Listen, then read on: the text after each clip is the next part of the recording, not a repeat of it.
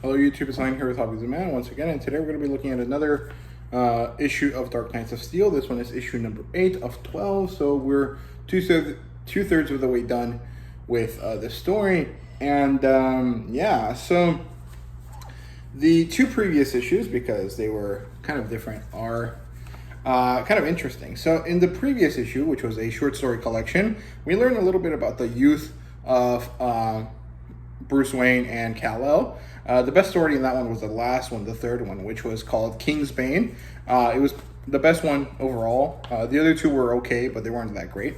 And in the actual previous issue of this story, issue 7, we basically see that the Kent family is taking care of Bruce, and the Teen Titans appear, and then Ra's al Ghul attacks them, and it's pretty cool. It's pretty interesting. We do get a little bit of political development between those characters, and overall it was pretty good. So getting into this one now, we start with the Joker in the sky talking to his ring, which, if you remember, the Joker has the Green Lantern ring and he's evil, and it seems like he himself isn't necessarily evil, but the ring that he wears is particularly evil and it's affecting him. So maybe there might be some Sinestro thing going on there at the end of the series, which is pretty interesting. And it says that it's time for this age of magic to die, which is pretty interesting, right? So then we get a scene shift, and we end up with Hippolyta and Anissa, the queen of the Amazons and the queen of the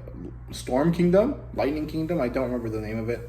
And they meet and they prepare for war. They talk about, the losses that each has suffered and how it sucks, but it's time to do the right thing and go to war and get rid of the elves. And Hippolyta is like, yeah, your family has told us that they were bad news for a long time, and we didn't listen, and that's part of the problem. So now we're here to help you deal with them, right? And Constantine is Constantine is being a bit sus. He's kind of hanging out around this carriage, which holds a secret weapon, which is actually the resuscitated or resurrected Jacob, and he's doing stuff with the carriage he's in. And Lois shows up and she's like, "Hey man, what the hell are you doing? What's up with this?" And they're advisors to Anissa and Hippolyta. So what they're doing is actually talking to each other about the difficulties that are ahead and why things are happening the way they are. And Lois has, some insight. She's like, it doesn't really make sense that the elves are acting this way. It's not logical. It doesn't make sense. It's outside of the normal parameters. Constantine doesn't care. He's just angry and hates them. And so we move on to another scene. We're up to the L dungeon, where Oliver and Dinah are in the dungeon. And Oliver manages to break Black Canary's muzzle, I guess, the thing that's holding her mouth closed, and he manages to do that, and then they start talking. They start developing some rapport, a relationship with each other, and they figure out why each of them is in there. And Oliver's of course in there because he killed Kal-El's father, Jor-El, and she's there because she might be dangerous, right? So what happens is that they decide to team up, and they don't really do anything this issue, but they do start to team up, and they might do something in the near future. So that's pretty interesting. Then we switch over to Waller and Harley, who are at the forest, and they're intercepting the other queens that are coming down to fight them, to try to avoid war. Harley's like, hey, usually wars end by people sitting in a small circle talking about stuff after a lot of bloodshed. What if we skip the bloodshed and just talk about it out right now? And they exchange some words. It doesn't really work. So Anissa and Hippolyta let them leave. Constantine is angry at this. Why would you let them leave? Why would you not kill them here and now? And he's told to wait, but he doesn't. He starts to attack them, and Poison Ivy shows up. She steps in. She protects Waller and Harley. She gives Harley a kiss, and she starts attacking Hippolyta's forces. Right, so that's pretty interesting, and she's actually winning because the whole forest does her bidding, right?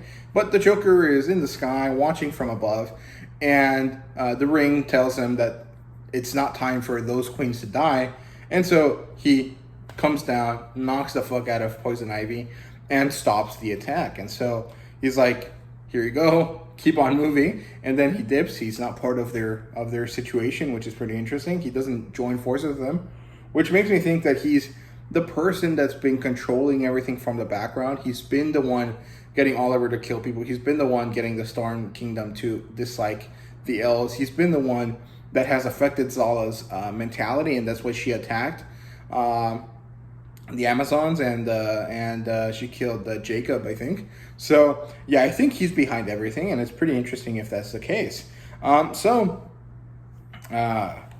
Yeah, Laura, Elle, I think Jorah's wife and Kyla's mother, is talking to Walder and Harley. You know, the negotiations did not go as planned.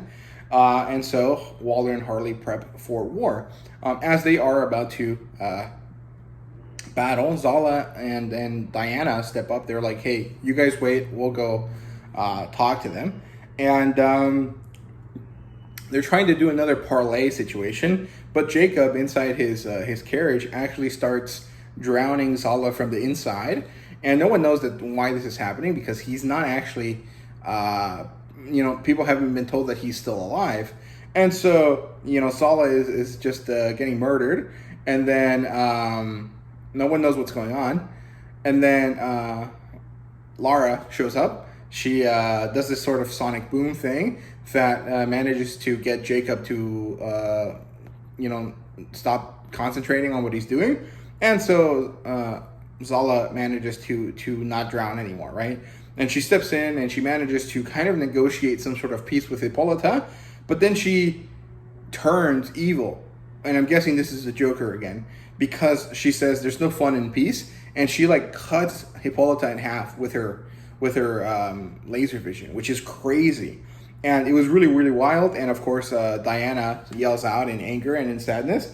And the next issue is probably going to be the actual war, and I'm really excited about that. But I do feel like the buildup has been too much, and I don't know if there's going to be enough time to actually pay off the battle. So I'm interested to see how this happens. Tom Taylor is a weird guy for me. I really like his non-continuity stuff, but I've heard a lot about the stuff that he does in continuity in the actual canon.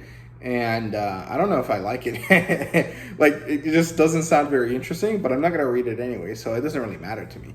But yeah, I really like this series, and I'm hopeful that it ends really well, and maybe we get a set of spin-offs to develop the side stories a bit more, because they are pretty interesting. So yeah, that's all I really have to say. So I hope you guys enjoyed the video. If you did, please leave a like, subscribe, and comment down below. Let me know your thoughts. Let me know what you think about this story and this issue specifically. And thank you guys very much for watching. See you guys later.